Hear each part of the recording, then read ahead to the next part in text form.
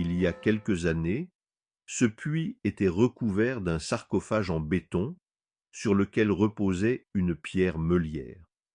Ce dispositif était sécuritaire, et bien que tout le monde sache qu'un puits se trouvait à cet endroit, personne ne pouvait dire à quoi il ressemblait réellement.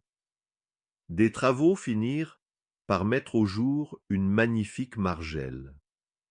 La profondeur des ornières creusées sur les rebords, usées par le frottement des cordes, témoigne de son ancienneté et des manières de puiser l'eau.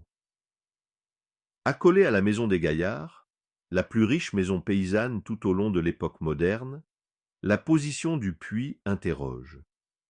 Était-il public ou appartenait-il aux Gaillards qui en partageaient l'usage? Dans nos villages du Midi méditerranéen, la dominance sociale impliquait des responsabilités. Grâce à la diligence du maire de l'époque, Raymond Aparis, cet objet échappa à la destruction. Un environnement immédiat fut aménagé pour mettre en valeur son importance patrimoniale. Mais revenons à ces ornières, taillées dans un calcaire dur, un calcaire urgonien formé par la compression des fonds marins d'une mer qui occupait la région des Garrigues il y a 180 millions d'années.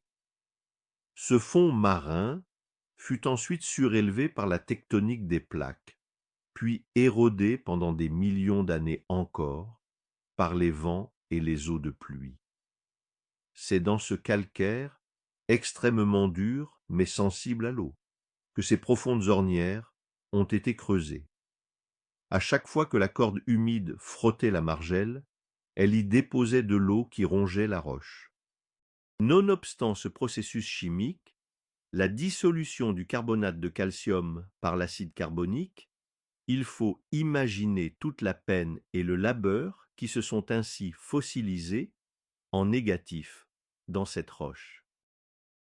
Des siècles et des siècles de va-et-vient des cordes tirées par les femmes du village, car c'était à elles qu'incombait cette tâche. Ce sont donc leurs efforts qui sont gravés sur les parois du puits, leur sueur, leurs paroles, leurs désirs ou leur nécessité de vivre et de perpétuer les générations.